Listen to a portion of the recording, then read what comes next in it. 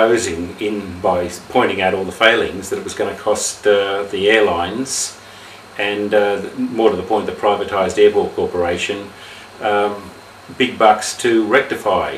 Now, the point about it is that the rectifications would merely have brought them in line with the requirements of the Customs Act, but nonetheless they were rejected purely for commercial reasons, and we were told that straight out.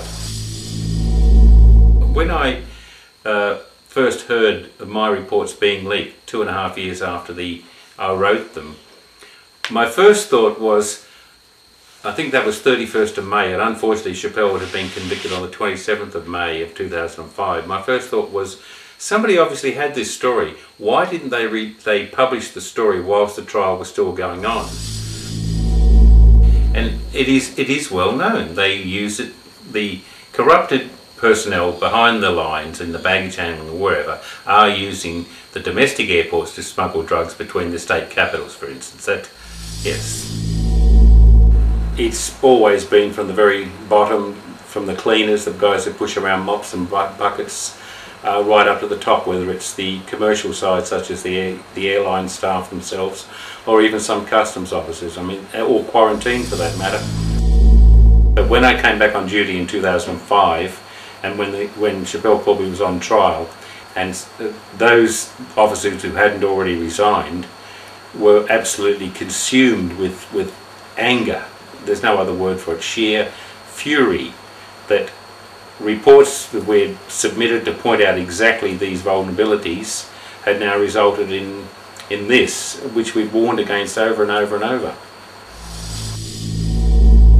It's just a disgrace from beginning to end, the fact that this information was well known to customs officers and AFP for years, as is demonstrated by the occasional busts reported in the media in the late part of 2004 and the early part of 2005, showing imports of drugs using corrupt handlers or corrupt staff at the airport, and yet you can make a statement like that when somebody's life was in the balance over in Bali. It's just outrageous. If the Australian authorities had acknowledged to the Balinese court that there was significant doubt about the case, if they had simply admitted that the airport was full of holes, that baggage handlers were notoriously corrupt, as had been shown time and again in the previous months and even the previous year of drug importations using corrupt handlers, it must have cast massive doubt on any absurd notion that she was guilty. It could not have possibly have sustained a conviction with this knowledge.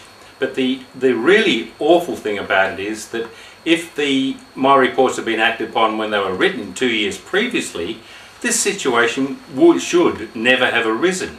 But the mere fact that these reports were suppressed for the worst of reasons, the cost to commercial entities, and somebody is paying for it basically with their life and their sanity now, is an absolute outrage.